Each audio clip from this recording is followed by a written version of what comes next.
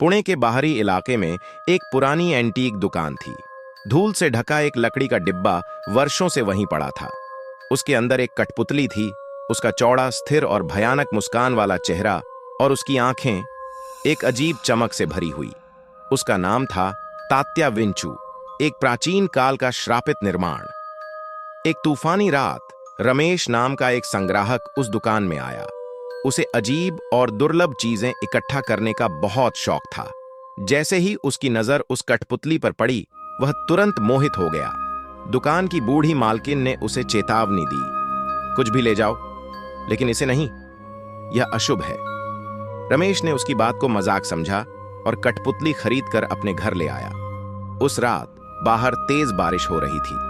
रमेश ने कठपुतली को अपनी स्टडी में एक शेल्फ पर रख दिया और सोने चला गया, लेकिन नींद नहीं आई। अजीब सी सरसराहट पूरे घर में गूंज रही थी, जैसे कोई हल्का सा हिल रहा हो। फिर फुसफुसाहट सुनाई दी, मेरा नाम तात्या विंचू, मुझे आजाद कर दो। रमेश झटके से उठ बैठा, दिल जोरों से धड़क रहा था। उसने चारों तरफ देखा, कमरा खाली था, लेकिन कठपुतली वह अब शेल्फ पर नहीं थी। डर के मारे रमेश ने पूरे घर की तलाशी ली। लाइट बार बार टिमटिमा रही थी। अंधेरे में दीवारों की परछाइयां डरावनी लग रही थीं। जब वह हॉल में पहुंचा तो उसके पैरों तले जमीन खिसक गई। वहां झूले वाली कुर्सी पर तात्या विंचू बैठा था। उसकी आंखें अब भी निर्जीव थीं, लेकिन ऐसा लग रहा था जैसे वह सब कुछ देख सकता हो। रमेश ने धीरे धीरे पीछे हटने की कोशिश की, लेकिन तभी कुर्सी हिली। धीरे धीरे, खुद ब खुद। फिर ठहाके गूंजे, गहरे, डरावने और शैतानी ठहाके।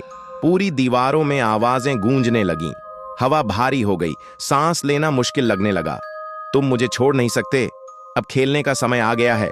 अगली सुबह पड़ोसियों ने देखा कि रमेश का घर खामोश था। दरवाजा खुला था, लेकिन अंदर कोई नहीं था। सिर्फ एक चीज बची थी, डाइनिंग टेबल पर बैठी तात्या विंचू की कठपुतली मुस्कुराती हुई, अपने अगले शिकार का इंतजार करती हुई। और अगर तूफानी रातों में ध्यान से सुनो तो अब भी वह आवाजें गूंजती हैं, किसी नए खिलाड़ी को बुलाने के लिए। क्या तुम उसे अपने घर लाने की हिम्मत करोगे?